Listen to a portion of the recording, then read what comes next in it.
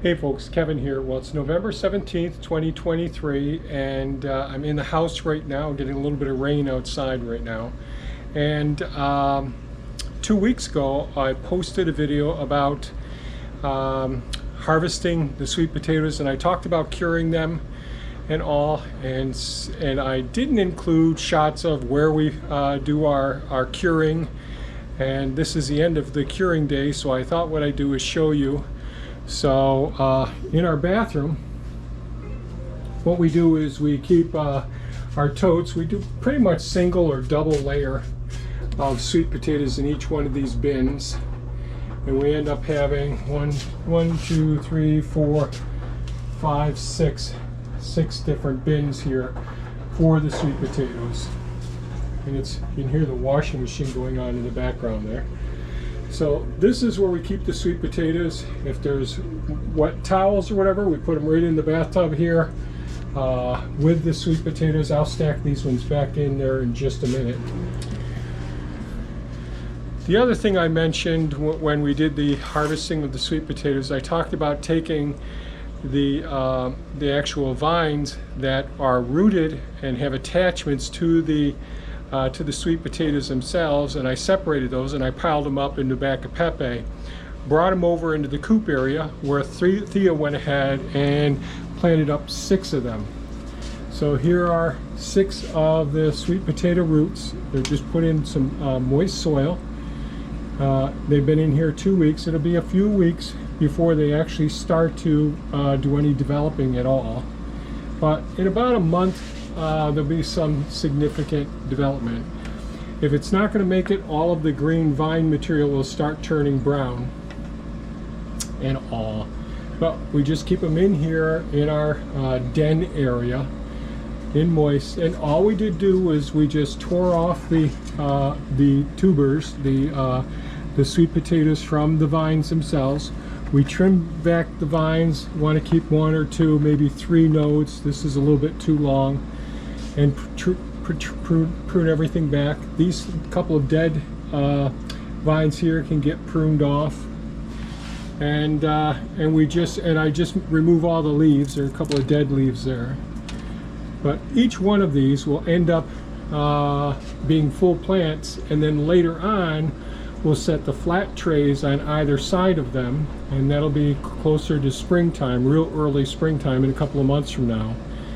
And those, as the vines extend out, each one of these leaf nodes, as we bury those nodes will start to develop roots shooting down from there, and the leaves will start coming up. And then later on, a few weeks before we go to transplant those outdoors, we'll end up separating those, and each one of these will be separate plants, as opposed to starting slips from the tubers themselves. So I hope that makes sense.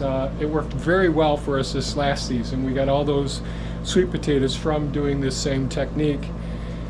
And then we don't have to start the slips in jars, or like the perlite system that I've used in the past. All of those things in our old videos and all.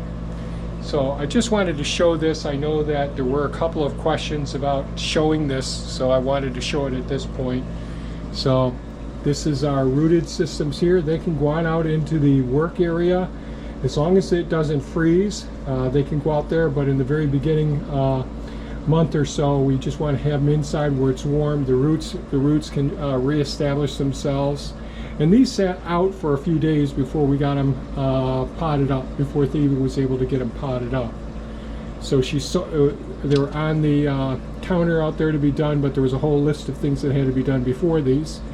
And then she just soaked the roots for a few hours before potting them up, and that worked out.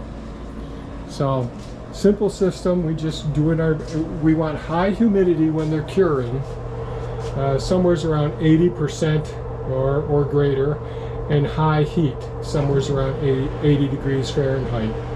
So that system works very well for curing. We do like harvesting them after a frost. It doesn't have to be a big heavy frost. A couple of light frosts will help to turn the starches into sugars. The curing time will toughen up the skin on these and make them more durable so that they'll last out in the sugar shack, in the root cellar. and we just keep them from freezing. They're about 55 degrees Fahrenheit down there, and low humidity for the sweet potatoes. Shallots will go into a high humidity, and garlic and will stay in a drier, a lower humidity as well. So that's it for our update on the sweet potatoes. Tomorrow they're going to go out into the root cellar, and the vines that we're restarting from their roots will stay in here for probably another month or so. If you have any comments or questions, please leave them below, and thank you so much for watching, and thanks for the comments. It makes me think about making another video like this to clarify things. Take care now. Bye-bye.